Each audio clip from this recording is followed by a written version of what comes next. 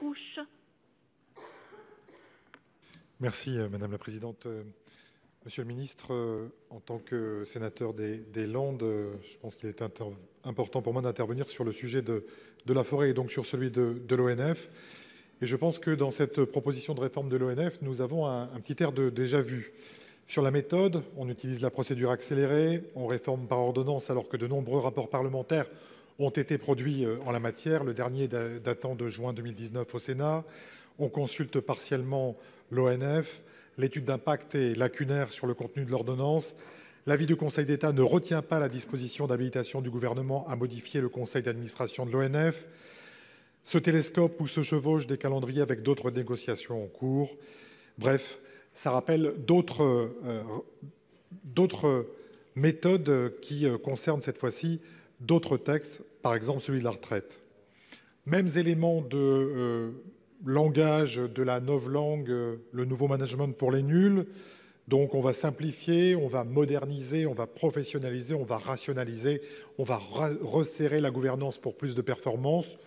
Sur le fond de la réforme, nous avons une gouvernance qui est centralisée, qui traduit une volonté d'exclusion des corps intermédiaires, notamment les représentants de la filière bois, les associations de protection de l'environnement, mais aussi les collectivités territoriales.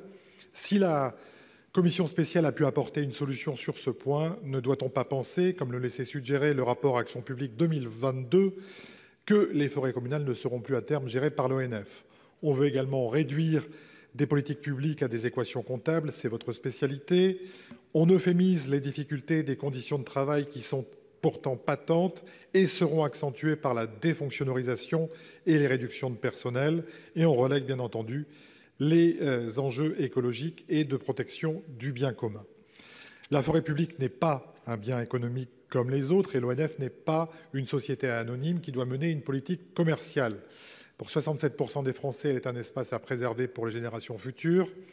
La forêt publique est un bien commun, c'est le principal patrimoine public naturel de la France, après le patrimoine maritime, aujourd'hui fragilisé par des menaces climatiques, sanitaires et de disparition d'espèces. Il faut une structure publique qui dispose des moyens nécessaires à l'accomplissement de cette mission d'intérêt général de préservation et de gestion durable de la forêt. L'ONF mérite mieux qu'un texte fourre-tout et elliptique. Il faut conclure. Elle aurait mérité un véritable débat parlementaire et non pas d'être traitée aussi mal. Oui, Monsieur le Ministre nous dit combien il est clair, limpide, cette transformation du conseil d'administration de l'ONF, dont l'avis du Conseil d'État nous dit que le gouvernement n'étant pas en mesure d'indiquer dans quel sens et sur quel point il envisage de modifier les dispositions de l'article L. 222-1 du Code forestier relative à la composition du conseil d'administration de l'ONF, lesquelles se bornent à prévoir uniquement 4 catégories de membres, le Conseil d'État ne retient pas la disposition l'habilitant à modifier ces dispositions.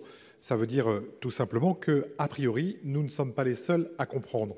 Et que par ailleurs, s'agissant de l'ONF, ce n'est pas uniquement une question de moyens et de gouvernance.